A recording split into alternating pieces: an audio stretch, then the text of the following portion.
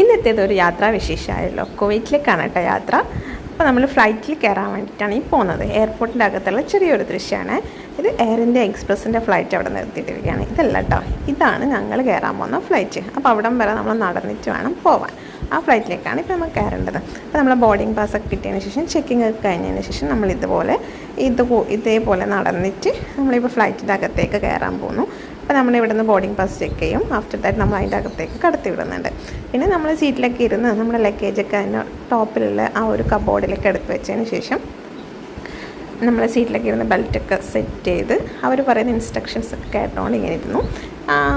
കുറച്ച് എല്ലാവരും ഒന്ന് ഇരുന്ന് സെറ്റ് ആയതിനു ശേഷം നമ്മൾ ഫ്ലൈറ്റ് പൊങ്ങിത്തുടങ്ങി. അപ്പം നമ്മളിപ്പോൾ കുവൈറ്റിലെത്തിയിട്ടുണ്ട് കേട്ടോ. ഇനിയിപ്പോൾ നമ്മൾ കുവൈറ്റിൽ എയർപോർട്ടിൽ ഇറങ്ങി. ഇനി നമ്മൾ ലഗേജ് പിക്ക് ചെയ്യണം. പിന്നെ എമിഗ്രേഷൻ ഉണ്ട്. ഇവിടെ നിന്ന് താഴോട്ട് നടക്കണം കേട്ടോ. അവിടെയാണ് നമ്മുടെ എമിഗ്രേഷൻ കൗണ്ടറൊക്കെ വരുന്നുള്ളത്. നമ്മൾ സ്റ്റാമ്പിങ്, നമ്മളിപ്പോൾ കുവൈറ്റിൽ എൻ്റർ ചെയ്ത ഡേറ്റും അതൊക്കെ അവർ സ്റ്റാമ്പ് ചെയ്ത് തരും. നമ്മൾ അവിടെ നിന്ന് കയറുമ്പോഴും നമ്മളെ പാസ്പോർട്ടിൽ സീൽ ചെയ്യും. അതേപോലെ തന്നെ ഇവിടെ ഇറക്കുമ്പോഴും സീൽ ചെയ്ത് തരും.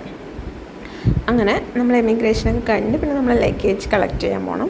ലഗേജ് കളക്ട് ചെയ്തിട്ട് പുറത്തേക്ക് ഇറങ്ങുമ്പോഴേക്കും നമ്മളെ ബാലേട്ടൻ കൂട്ടാൻ വന്നിട്ടുണ്ടാവും. റൂമിലേക്കാണ് പോകുന്നുള്ളത്. അപ്പോൾ റൂമിലെത്തി നമ്മൾ ലഗേജ് കൊണ്ടുവന്ന സാധനം നമ്മൾ റൂമിലേക്ക് കൊണ്ടുപോകണമല്ലോ. എന്നിട്ട് വേണമല്ലോ പൊട്ടിക്കട്ട പരിപാടിയൊക്കെ തുറക്കാൻ. അപ്പോൾ ഇന്നത്തെ വീഡിയോ ഇത്രയേ ഉള്ളൂ. അടുത്ത വീഡിയോ കാണുന്നവരെ ബൈ.